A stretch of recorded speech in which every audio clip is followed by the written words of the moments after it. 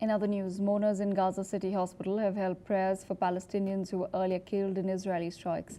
Recent Israeli strikes in Gaza have claimed at least 13 lives. Meanwhile, in leaflets dropped over Gaza City, Israeli military told residents to head south immediately. This has come after Israeli Defense Forces intend to expand their offensive westward of the city. Palestinians in Gaza City say that they are trapped in a cycle of displacement. They've expressed their frustration, saying that they are growing tired of fleeing from one place to another. Israel is pushing ahead with a plan to take full control of the whole Gaza Strip, starting with Gaza City, intending to destroy Hamas after nearly 2 years of the war. This comes after fears of expansion of famine in other regions of Gaza.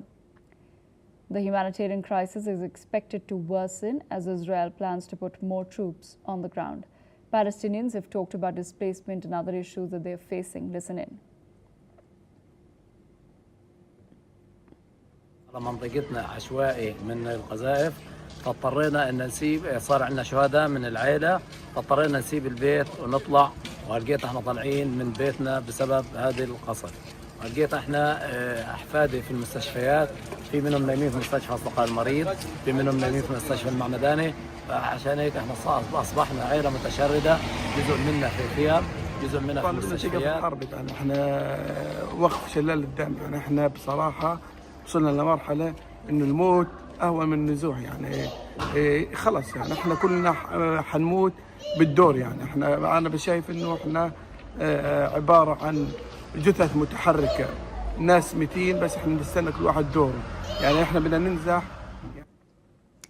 Mr. Matty Zweig, geopolitical expert, joins us on the broadcast. Mr. Zweig, what do you make of the current situation in Palestine, where several civilians are now clearly claiming that they're pretty tired of the fact that they're being moved from one camp to another, while some of their critical needs of food are not being addressed? How exactly can Israel then justify to continue its attack against Hamas if it's not ready with a plan to evacuate civilians?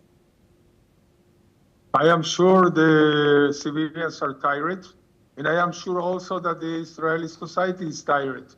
But in the middle of this, you have a genocidal jihadist group called Hamas, that they don't want to release the hostages. They don't want to dismantle themselves when all the world, including Europe and the US and the Arab countries, has said that they don't have to continue in power. They don't do that. And this inner circle of violence that you are talking about is the cause of the continuation of this war. And Israel is in a war, not in a genocide, but in a war with an enemy.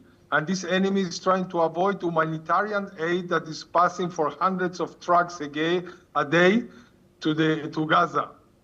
So all this war of propaganda, this is just the continuation, the propaganda arm in the social media is not what is really happening, because what is really happening is that Hamas don't want to free the hostages to stay in power and to try to, to take all the world with them, even if they're going to destroy them.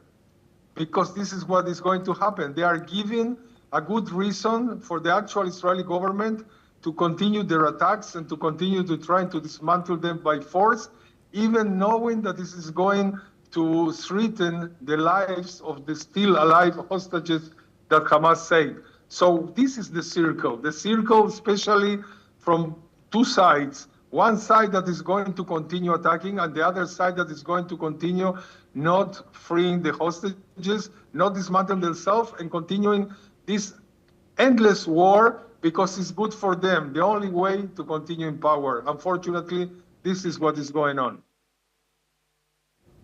Mrs. Zweig, thank you so much for joining us on NewsX World with that perspective. Meanwhile, the deadly